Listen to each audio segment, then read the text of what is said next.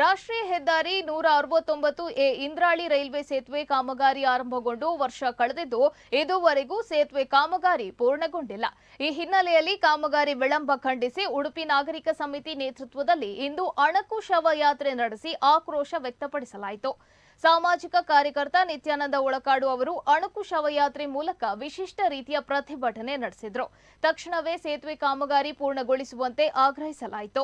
ನಾಗರಿಕ ಸಮಿತಿಯ ಪ್ರಧಾನ ಸಂಚಾಲಕ ನಿತ್ಯಾನಂದ ಒಳಕಾಡು ಮಾತನಾಡಿ, ಈ ರಸ್ತೆ ಕಾಮಗಾರಿ ಶೀಘ್ರವೇ ಮುಗಿಬೇಕು. ಜಿಲ್ಲಾಧಿಕಾರಿ ಎಸ್ಪಿ ಮಾತಿಗೂ ಕವಡೆ ಕಾಸಿನ ಕಿಮ್ಮತ್ತಿಲ್ಲ. ಇಲ್ಲಿನ ಸಂಸದರಿಂದ ಯಾವುದೇ ಕೆಲಸ ಆಗ್ತಾ ಇಲ್ಲ. ಶಾಲಾ ಮಕ್ಕಳು ನಿತ್ಯ ಸಂಕಷ್ಟ ಅನುಭವಿಸುತ್ತಿದ್ದಾರೆ. ಇದು ಕೊನೆಯ ಹೋರಾಟ. ಜೀವಹಾನಿ ಆಗುವುದನ್ನು ತಪ್ಪಿಸುವುದೇ ನಮ್ಮ ಉದ್ದೇಶ. ಅದಕ್ಕಾಗಿ ನಾವು ಜೀವಂತ ಶವವನ್ನ ಇಟ್ಟುಕೊಂಡು ಪ್ರತಿಭಟನೆ ಮಾಡ್ತಾ ಇದ್ದೇವೆ ಎಂದರು.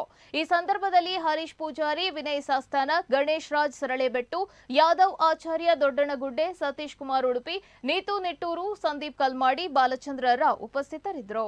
ಈ ಹಿಂದೆ ರೈಲ್ವೆ ಬ್ರಿಡ್ಜ್ ಆಗುವ ಮೊದಲು ಜೀವಂತವಾಗಿ ಮನುಷ್ಯರನ್ನು ಅಡಿಗೆ ಹಾಕೊಂಡು ಹೋಗ್ತಿದ್ರು.